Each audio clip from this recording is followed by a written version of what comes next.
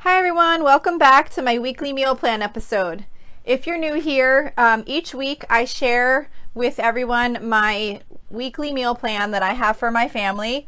The idea of the episode is just that if you want to follow along, you can, or maybe it'll just give you some ideas of some things you might want to make, or maybe it'll just motivate you to sit down and get your meal plan together. I think meal planning is really important because it saves a lot of money by buying only what you need. It makes life easier by knowing what you're going to make each night and not having to think about it. You just look at your meal plan and say, okay, this is what we're doing today, and it just makes life a lot easier and makes it less likely to order out, which is healthier too.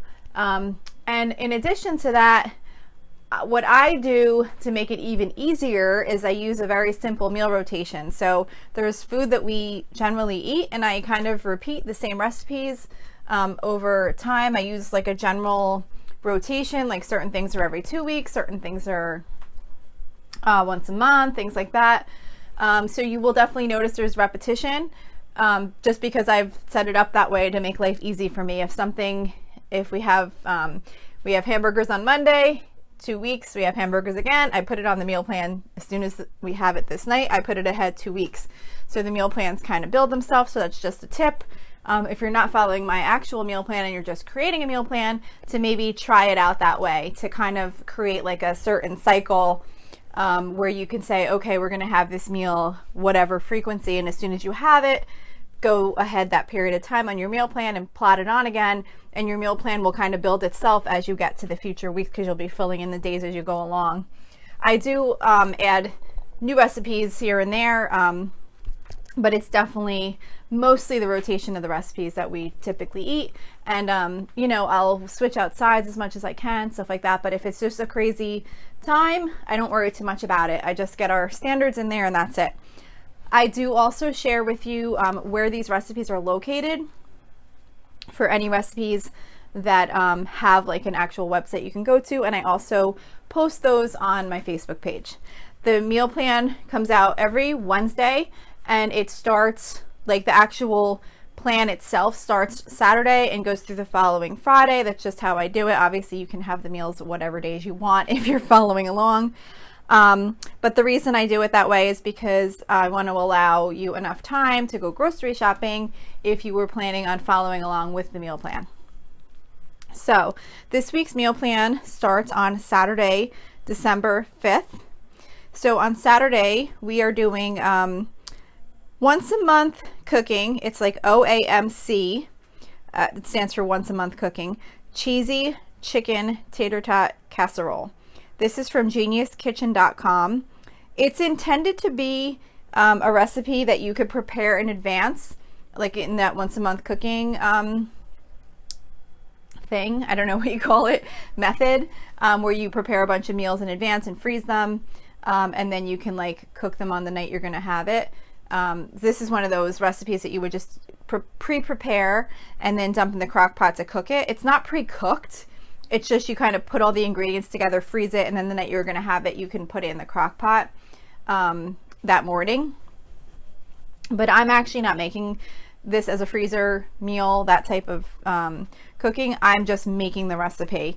And it's what it is a crock pot meal, and it's tater tot. It's like tater tots, chicken breast, cheddar cheese, milk. It's not like one of the healthier recipes, but it's really good. And my kids ask to have it like once in a while, so it's something that I just kind of throw in on a weekend, on an occasion. It's not one of our regular rotations, but it's pretty good. It's basically like chicken and tater tots and cheese all cooked in the crock pot. So that's pretty much what the recipe is. So that is for Saturday. For Sunday, we're doing bacon wrapped chicken in the oven. I actually use turkey bacon for this, just because that's just kind of what I've always used, and it comes out really good like that.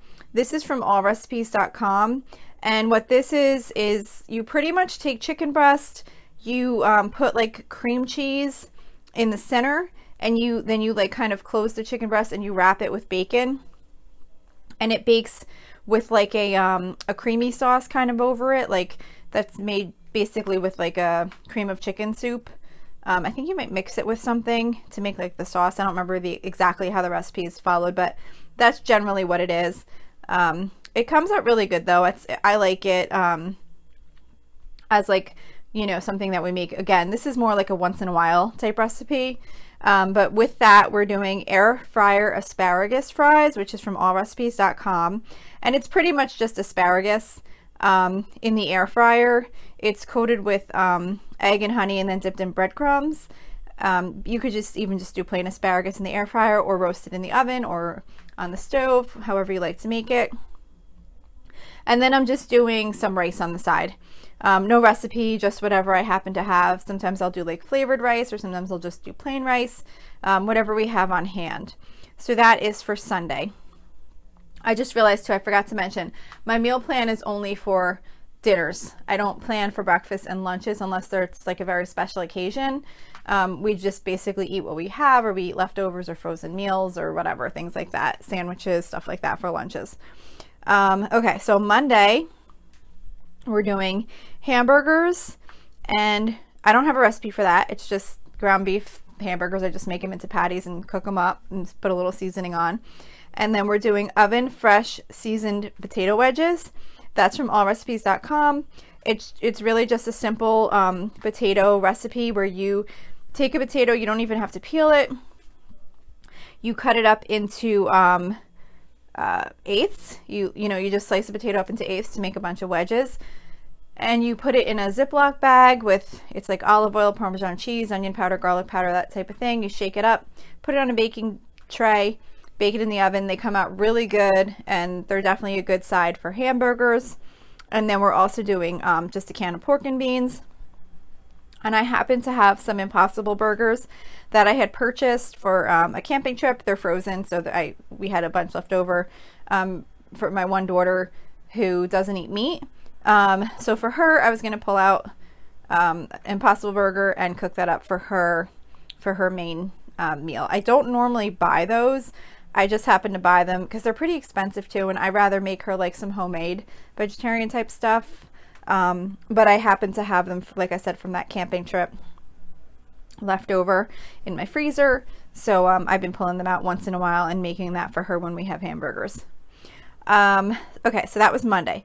Tuesday, we're doing Chipotle night. So for Chipotle night, what I do is I take chicken and I cut it up in small little pieces, and I toss it in olive oil and just like some seasoned salt and some chili powder.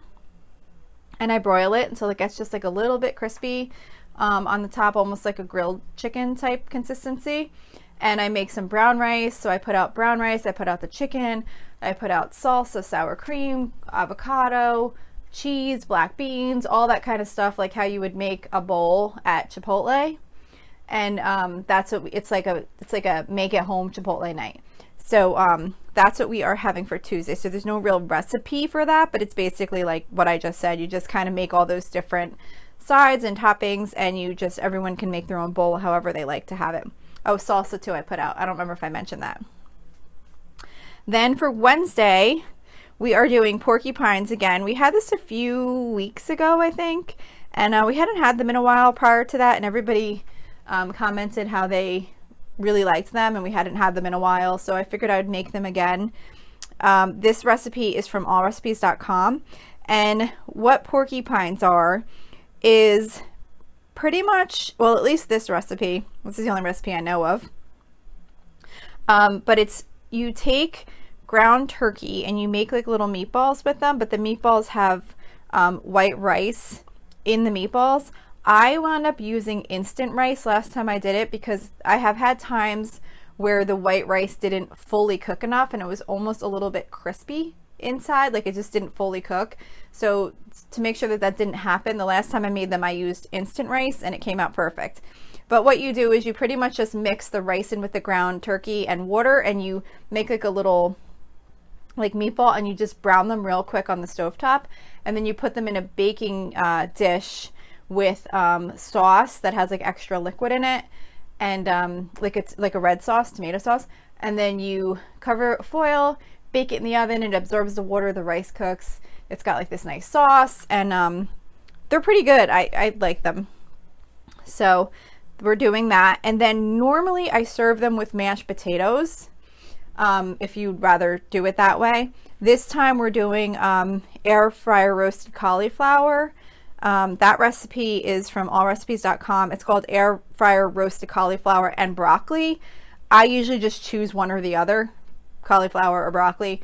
I don't usually do both, just because it's, I don't know, it just seems like too much to buy, because they usually come in kind of bigger, you know, like amounts, and I don't really want to make that much for my side dish. So I usually just mix it up. This time I'm going to do cauliflower. And then I'm just going to do a can of canned corn. The reason I'm not doing mashed potatoes is because we've eaten so many mashed potatoes in the last week after Thanksgiving. We had so many leftovers from Thanksgiving that we kept eating them with like every single meal. I would make like a main dish, and then I'd pull out all the leftovers and we'd have mashed potatoes and stuffing and gravy and this corn casserole that I make, and we wound up even making way more sides than I even had if you had listened to the meal plan that included Thanksgiving. My one daughter was like, oh, but you're not making this and you're not making that, and so I had to make like, I think I added like 3 or 4 more sides to what we even had on our meal plan. So we had so much leftovers, and I was just like, I just don't want to eat mashed potatoes again. But if you would like to have that, it does go really good with the porcupines. That's what I normally serve with them. So that's Wednesday. Thursday we're doing crock pot potato soup. I kind of made this somewhat recently, but I just felt like making it again. It's so easy.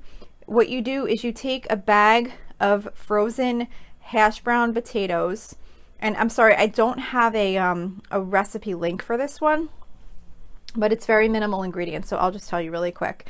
It's 32-ounce bag of potatoes. I get the kind that are like, I don't know if they're actually called hash browns. They're not the shredded ones. They're like the little diced up potatoes, and they usually have like peppers and onions in them. So you get a bag of that, and you it's a 32-ounce box of vegetable broth. I use bouillon, but you can do it however you want. A can of cream of mushroom soup, and that's it. And you just let it cook in the crock pot all day on low for like 8 hours. And then that's it. You just mix it up, and you can put like some cheddar cheese sprinkled on top when the soup is done. Add like a little salt to it at the end, but you really don't need much. But it's just a simple potato soup, but we all really like it. And I'm gonna make grilled cheese on the side with that. So that's Thursday. So the last recipe of the week is for Friday, December 11th. And Friday we are doing penne with broiled chicken. Again, this one I do not have a recipe link for, but what I do for this is I just take chicken breast, cut it in small little pieces, toss it with some olive oil, salt and pepper, and maybe like a little garlic powder, broil it under the oven. In the meantime, I make penne pasta, and I just toss the penne pasta with some olive oil and salt and some of the garlic powder also. And then when the chicken's done, I toss the chicken in with the penne pasta. Or sometimes I'll leave the chicken on the side because my one daughter doesn't eat meat, so I'll just toss the penne with the mozzarella cheese. And then anyone can add the chicken to it. Like, so whoever going to eat the chicken can add the chicken, and whoever isn't, which would just be my one daughter, would just eat the pasta with the mozzarella cheese. But what I do is I take it off the heat like fully and put it in a bowl before I toss in the mozzarella. That way it doesn't like fully melt. It just kind of slightly melts and mixes through the pasta. It comes out really good. So that's what we're doing for Friday. And then I'm probably just gonna do like a thing of like a side of like frozen vegetables, like a steam fresh type frozen vegetable, whatever I happen to have in the freezer. I always try and keep some of those on hand. So that's it for this week's meal plan. I hope this is helpful to you. If you have any feedback you'd like to share with me on this or any of my other episodes, you can reach me at facebook.com/Lola's Frugal Life. We also have a private listeners group if you're interested in joining. You can find that at facebook.com/groups/Lola's Frugal Life. Don't forget to subscribe if you like this show, and if you'd be kind enough to leave me a 5-star rating, I'd really appreciate it. It's supposed to really help with having others be able to find the show. It improves like the search results. So That's it for today. Thank you so much for listening, and I hope you have a really awesome day.